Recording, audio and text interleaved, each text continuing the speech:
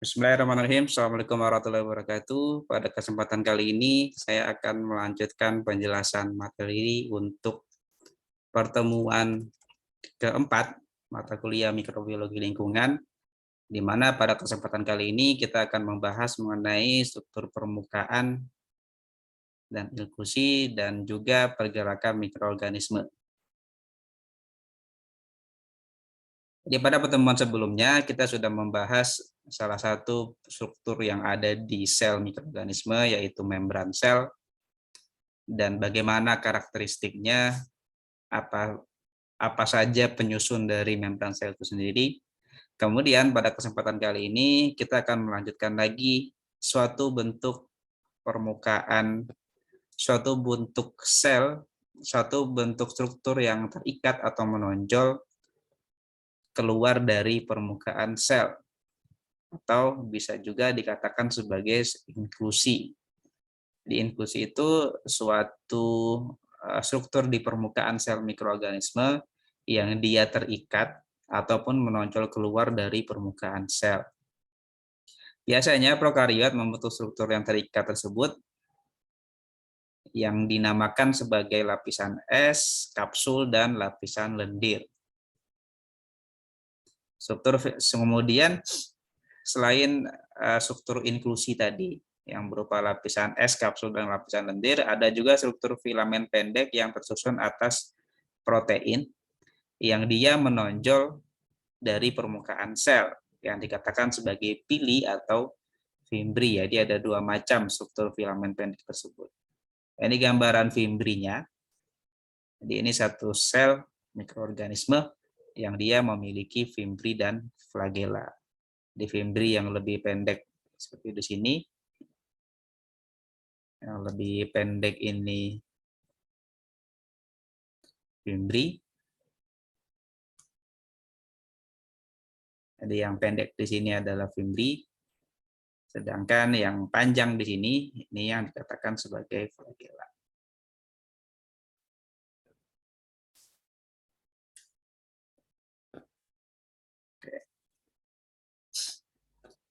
Jadi ini salah satu bentuk tampilan mikrograf elektron ya pada sel Salmonella typhi. Kemudian tadi sudah pilih dia berukuran lebih panjang dibandingkan dengan fimbri, sedangkan struktur filamen pendek tersebut memiliki beberapa fungsi. Jadi yang pertama untuk sebagai alat pelekatan sel, kemudian bisa juga untuk pembentuk pelikel, kemudian untuk membentuk lapisan biofilm, kemudian bisa juga berfungsi pada proses konjugasi atau digunakan dalam proses pergerakan atau mikroorganisme bergerak, salah satunya penggunaan pili ataupun fimbri. Kemudian kita masuk ke pembahasan di beberapa struktur inklusi yang sudah dijelaskan sebelumnya. Yang pertama adalah lapisan es sebagai lapisan permukaan sel yang tersusun atas protein dua dimensi, biasanya ditemukan pada bakteria dan archaea. Jadi protein lapisan es di sini membentuk kristalin. Di karakteristik adalah adanya bentuk kristalin dengan beragam simetri, apakah heksagonal, tetragonal, ataupun trimetrik, yang berfungsi untuk penapis selektif khusus untuk molekul kecil dan pelindung ataupun sistem pertahanan inang. Umumnya ini dimiliki oleh bakteri-bakteri patogen. Ini gambar dari lapisan es ketika kita menggunakan elektron transmisi mikrograf. Jadi di sini ada struktur parakristalin yang bisa kalian amati di sini. Ada struktur parakristalin di sini. Yang di sini ini kita bisa lihat pada lapisan es dari Aquaspirillum serpens. Ini lapisan es simetri heksagonal yang umum ditemukan pada archaea.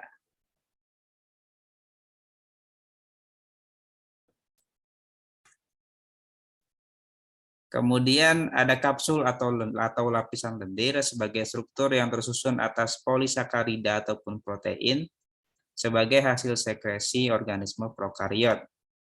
Ada yang dia tebal, yang biasa kita namakan kapsul, ada yang mudah berubah, serta sulit untuk dilihat, ini yang dikatakan sebagai lapisan lendir. Fungsi dari keduanya, kapsul ataupun lapisan lendir, itu sebagai tempat pelekatan pada permukaan yang padat, jadi pengikatan spesifik pada permukaan sel inang, khususnya ini bakteri patogen, bisa juga untuk membentuk lapisan sel yang tebal atau biofilm dan melindungi sel dari kekeringan. Jadi contohnya ketika ada struktur berlendir yang bisa dilihat di selang misalnya, itu menjadi salah satu tempat pelekatannya dengan menggunakan lapisan lendir. Atau penggunaan kapsul yang biasanya untuk melindungi sel dari kekeringan. Atau pada pembuatan spora biasanya. Oke, selanjutnya di sini kita bisa lihat bagaimana kapsul dari beberapa bakteri. Yang di sini ada dari Acinetobacter.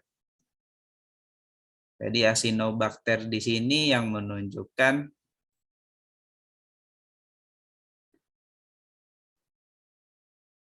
Acinetobacter ini yang menunjukkan kapsul yang bercahaya memiliki sel yang terlihat gelap. Jadi sel ini yang gelap di sini warna hitam, sedangkan yang cahaya terang ini sebagai lapisan kapsulnya. Sedangkan pada Rhodobacter di gambar yang B, kapsulnya itu yang tunjukkan pada panah di sini. Kemudian untuk yang Rhizobium trifoli, dia kita menggunakan pewarnaan untuk bisa menampilkan bagaimana warna merah dari kapsulnya. Kemudian yang berikutnya ada granul sebagai suatu struktur sebagai cadangan energi ataupun reservoir. Biasanya dia terbungkus lapisan lipid sehingga dia memisahkan dengan sitoplasma. Tersusun dari polybeta hidroksibutirat atau PHB, glikogen, sampai dengan magnetosom. Kemudian yang berikutnya ada vesicle gas, di mana ini suatu struktur yang dikembangkan atau dibuat oleh beberapa prokariot yang hidup mengapung di perairan. Di mana dia bisa mengapung di perairan itu karena adanya vesicle gas. Dengan adanya vesicle gas, dia bisa bergerak ke atas, ke bawah dari permukaan perairan. Vesicle gas ini berbentuk gelondong yang impermeable terhadap air, kecuali gas. Dia terisi gas tersusun atas dua protein yang berbeda. Umumnya bakteri-bakteri fototrof hijau dan ungu, serta beberapa non-fototrof yang khususnya hidup di perairan. Ini gambarannya vesicle gas Cyanobacteria, Anabaena, dan Microcystis. Mohon maaf. Jadi ini Anabaena ini yang hijau di sini, yang tunjukkan angka panah di sini vesicle gasnya. Kemudian untuk yang Microcystis, vesicle gasnya dalam satu rangkaian yang di sini terlihat longitudinal dan berpotongan secara melintang. Ada dua protein utama yang menyusul vesicle gas, ada GFPA dan GFPC. GFPA itu protein-protein kecil yang sangat kaku dan hidrofob. Biasanya pada satu kulit vesicle gas, 97% total dari protein penyusunnya itu berupa GFPA.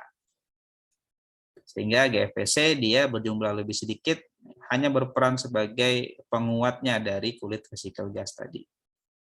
Nantinya, perbedaan susunan kedua protein tadi, GFPE dan GFPC, menyebabkan adanya perbedaan bentuk dari vesicle gas antar organisme. Ini bentuk secara sederhananya, ini pengamatan melalui mikroskop. Kemudian di sini pengamatan secara struktur atau arsitektur vesicle gas.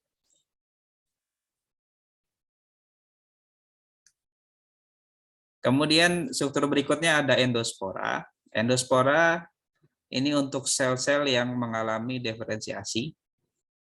Dengan adanya endospora, dia bisa lebih tahan terhadap panas dan sulit untuk dihancurkan secara kimia ataupun radiasi.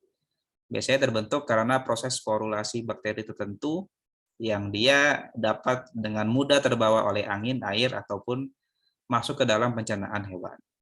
Fungsi biologis sendiri dari endospora adalah untuk melindungi sel dari cekaman suhu ekstrim, kekeringan, ataupun kekurangan nutrisi, dibentuk oleh dua kelompok atau di beberapa jenis mikroorganisme yang hidup di tanah, umumnya kelompok-kelompok Bacillus dan Clostridium. Dia dapat bertahan pada suhu 150 derajat, meskipun sebagiannya bisa mati pada suhu 120. Itulah kenapa pada laboratorium mikroorganisme kita menggunakan autoklav yang bersuhu hingga 120, sehingga bisa mematikan endospora. Ini menjadi salah satu alasan kenapa perlu memanaskan atau merebus dulu makanan-makanan atau sayur-sayur, salah satunya karena ada alasan ini, ada potensi cemaran oleh mikroorganisme patogen. Struktur dari endospora sendiri lebih kompleks dibandingkan dengan sel vegetatifnya. Kemudian, endospora dapat tetap dorman hingga beberapa tahun, jadi dalam waktu yang cukup lama, dan dia dapat kembali menjadi sel vegetatif dengan cepat dengan mengikuti tahapan-tahapan mulai dari aktivasi, germinasi, sampai dengan pertumbuhan. Ini gambaran dari endospora bakteri Bacillus megatherium dan Bacillus subtilis. Jadi di Bacillus megatherium kita ada exosporium sampai dengan ke spore coat-nya. Sedangkan di Bacillus ini kita menggunakan satu pewarna khusus agar bisa membedakan mana dinding atau membran selnya dengan lapisan kapsulnya. Kemudian yang terakhir mengenai pergerakan mikroorganisme, sel mikroorganisme dia dapat juga bergerak, di mana pergerakan mereka ini untuk mendapatkan nutrien atau sama seperti hewan dan tumbuhan juga bergerak karena adanya rangsangan atau respon stimulus, ini seperti cahaya, seperti panas, dan lain sebagainya.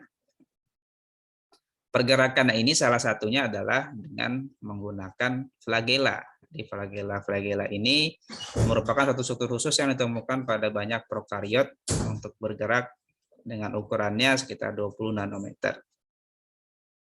Bentuk dari flagela sendiri helix atau pipih yang tersusun atas subunit protein flagellin, di mana molekul flagellin disintetis dalam fitoplasma, kemudian dilewatkan melalui saluran berdiameter 3 nanometer di dalam filamen, lalu ditambahkan pada terminal untuk membentuk flagela yang matang.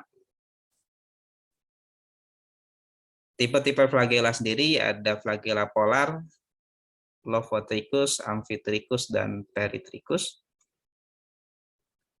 di mana untuk flagela yang Peritricus itu menyebabkan adanya pergerakan yang lurus dan lambat, sedangkan yang polar bisa menyebabkan pergerakan yang cepat, berputar, dan mencambuk. Kemudian ada lagi pergerakan-pergerakan yang lain, jadi seperti pergerakan meluncur, pergerakan kemotaksis, ataupun fototaksis. Itu saja mungkin pembahasan kita pada kesempatan kali ini. Jadi untuk tugas mandiri 4-nya, saya ada beberapa pertanyaan. Silakan bisa dicatat terlebih dahulu pertanyaannya, dan nanti dijawab, dan seperti biasa dikumpulkan melalui Google Classroom. Pertanyaan yang pertama,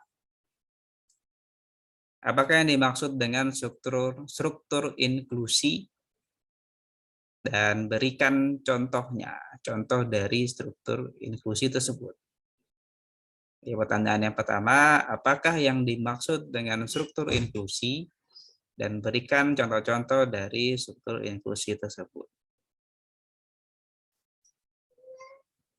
Kemudian yang berikutnya,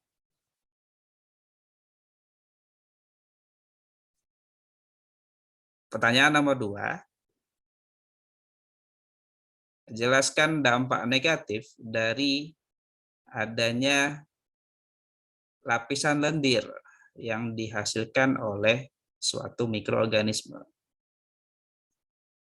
Pertanyaan nomor 2,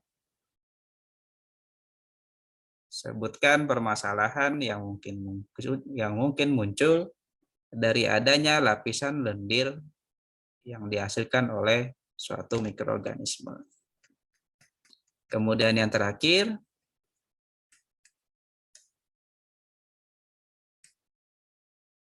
jelaskan perbedaan flagella polar, Lovitricus, Amphitricus, dan Pentricus. Saya ulangi lagi. Apakah perbedaan flagella polar, Lovitricus, Amphitricus, dan Peritricus? Sekali lagi ya. Jelaskan perbedaan antara flagella polar, Lovitricus, Amphitricus, dan Peritricus. Silakan dijelaskan lebih sempurna lagi kalau bisa menambahkan sketsanya. Bagaimana bentuknya dari masing-masing flagella. Mungkin itu saja singkatnya yang bisa saya sampaikan pada kesempatan kali ini. Di minggu depan kita akan melanjutkan pembahasan mengenai nutrisi dan metabolisme organisme. Silakan bisa dipelajari terlebih dahulu berdasarkan referensi yang sudah saya sampaikan sebelumnya. Dari saya banyak maaf untuk segala salah dan kurang. Saya tutup dengan hamdalah. Alhamdulillahirabbil alamin. Assalamualaikum warahmatullahi wabarakatuh.